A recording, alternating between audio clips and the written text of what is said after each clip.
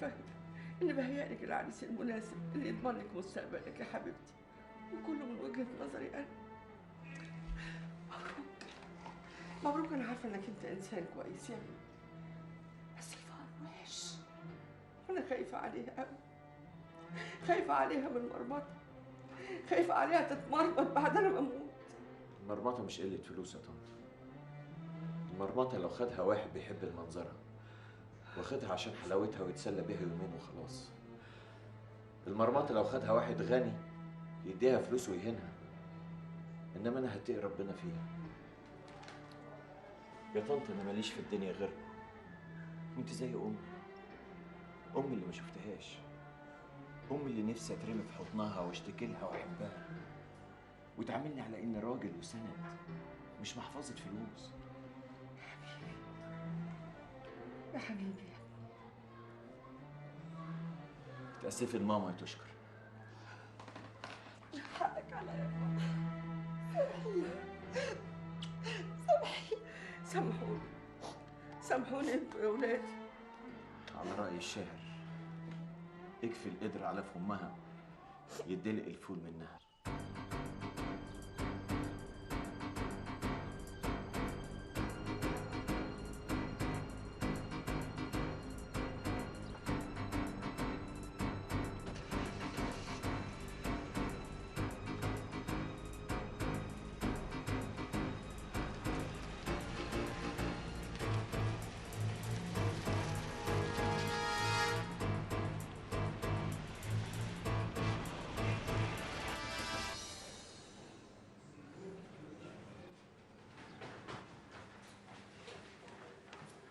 مبروك ايه؟ مبروك ايه يا جماعه؟ مش هوصيكم بقى كل واحد يقوم بدوره. السلام عليكم. وعليكم السلام يا استاذ مبروك. لا مؤاخذه يا استاذ مبروك، اصل احنا بنقرا المسرحيه اللي الاولاد هيمثلوها باذن الله في مهرجان المسرح المدرسي. براحتكم براحتكم. اتفضل يا استاذ رشاد. مونيكا حبيبتي، مشتاق إليك اشتياقا كبيرا، حتى نلتقي يا مونيكا يا حبيبتي. أنا أيضا مشتاقة للقائك يا إدمون، ولكني أخشى أن يراني زوجي وأنا معك. لا تشغلي بالك بزوجك، إنه قفص. تراجع بسرعة، زوجي قادم. عمتم مساء. عند مساء يا زوجي العزيز. كيف حالك يا زوجتي المخلصة؟ مستمرة في إخلاصي لك حتى موتي. وأنت يا صديقي العزيز إدمون؟ أنا في خير حال. مسكولياني، لي عندك خدمة صغيرة. ما هي يا إدمون؟ إن لي صديقة حميمة وأريد أن أخذ مفتاح منزلك يا مسكولياني. على الرحب والسعة يا رجل، خذ المفتاح فورا، ولكن قل لي، هل صديقتك هذه جميلة؟ جميلة؟ عينيها خضرة، صوابعها ألماظ. ما تكملش، خذ المفتاح واسعدها. كفى مسكولياني، طالما المسألة وصلت لمفتاح الشقة ومراتك جميلة يبقى لازم تعرفوا الحقيقة. في إشاعة كده طلعت سخيفة إن الغيتة الدبت اللي اسمه إيهاب ده عنده المرض البطال وهيموت كمان 3 أشهر. قلبي وقلب تشكر اتقطعوا لما سمعنا الحكاية دي. وقال كمان إن أم إيهاب كلمت أم تشكر وطلبت منها إن تشكر تجاريه وتحب فيه، لأن أي صدمة هيتعرض لها هتعجل بموته. علشان كده أنا سكت على مونيكا يا أدم. ياه، ده احنا طلعنا وحشين أوي. حقك عليا، أنا آسف مبروك. اوعى خلاص بقى ما تزعلش، حقك عليا. معقولة أنت إنسان للدرجة دي؟ استحملت كل الإهانة ديت عشان ما تعجلش بعمر صديقك. 30 سنة خدمة في التعليم، عمري ما شفت مروءة ولا شهامة بالشكل ده. اخص عليا، اخص.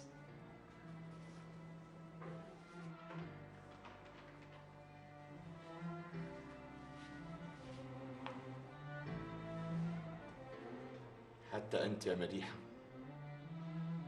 ما كنتش مصدقة وقلت الدنيا جرى فيها ايه. سامحني يا مبروك، انا اسفة.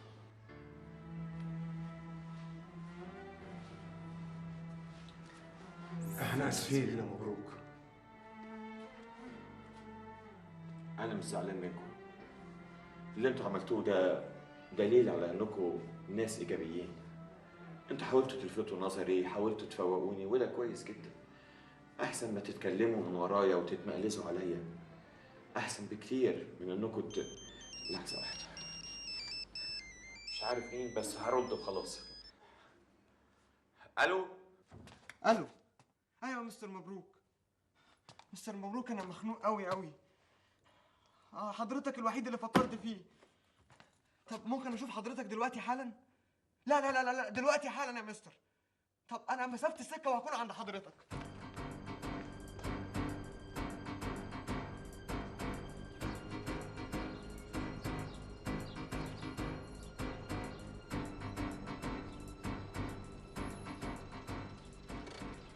زياد، ايه ده؟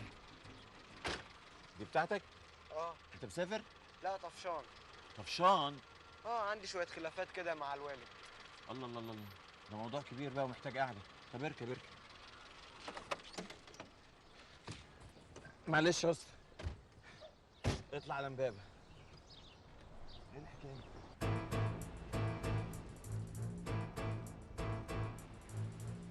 السلام عليكم. 3 سلامات. يا وحشني 3 ايام. بايدي سلام وبقلبي سلام وبعيني سلام. عجبني كلامك واستقبالك يا بردويل. خير، ايه اللي حصل؟ خد نفسك يا كبير الاول وكله جاي واما بعد. قول لي يا سيدي، جبت لنا المواد التموينيه؟ طبعا في شنطه العربيه. تسلم لي يا جوز خالتي اللي ما اتجوزتهاش. طبعا شنطه العربيه متستفه على الاخر، بس اول ما نخش الشاليه هعمل لكم غدا ما حصلش، ما تنساوش لمده سنه. وان كنت قويا اخرجني من هذا اليم. ماشي، وحشني اكلك يا شباشب قوي. ايه بقى المطب الصناعي اللي كنت عايز تكلمني عنه؟ يرضيك علي فريح هيلعب لحسابه ويخون الاخوه وخد العيش وخبزه بره. نهاره اسود. ومين اللي وقعه؟ ظابط مكافحه. فهمه انه تاجر سوري وهياخد منه البضاعه كلها ويوزعها على المطاعم. اغراب كام يورو. الطمع ملا قلبه. ويا ريت كده وبس، لا ده غلط مع ضابط المكافحه والسين بتاعنا اتكشف. مين كان يعرف ان الحشيش هو العيش والمطاعم هي التجار؟ مين؟ كل لغاتنا والتغطيه اللي تعبنا فيها العمر ده كله بقت متنطوره على ساحه ضباط المكافحه. ستر ربنا ان الفران الكبير عرف وجات له المعلومات لحد عنده. امرنا واطعنا. قال لي يا بردويل اما بعد. قلت له لا عزاء للسيدات. الرجاله خطفوه وجابوه لحد عندنا هنا. وعلشان انت رئيس قسم المخبوزات وسوبرفايزر المطاعم كلها طلبناك عشان تحضر مراسم طلاق علي فريحه من الدنيا الفانيه واما بعد.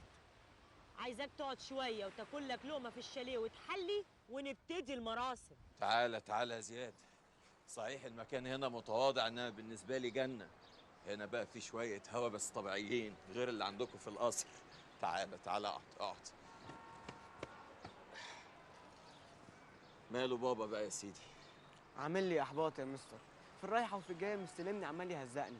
اخواتي الصغيرين يا مستر بيقعدوا يتريقوا ويضحكوا عليا، ومامي ما بتعملش اي حاجه غير معلش يا زياد، معلش يا حبيبي، معلش ايه بس يا مامي. انا فعلا يا مستر بجد بقيت بكره بابا. لا بتكره ايه؟ انت بتكره تصرفاته معاك، انما من جواك بتحبه. هحبه ازاي بس يا مستر اذا كان هو على طول مستلمني وبيشتمني كده؟ هو انت عامل ايه في الكليه؟ كليه؟ ما بروحهاش عشان ما بحبهاش. يعني ايه؟ بتسقط؟ ايه المشكله يعني يا مستر؟ وانت هتستمر ازاي كده؟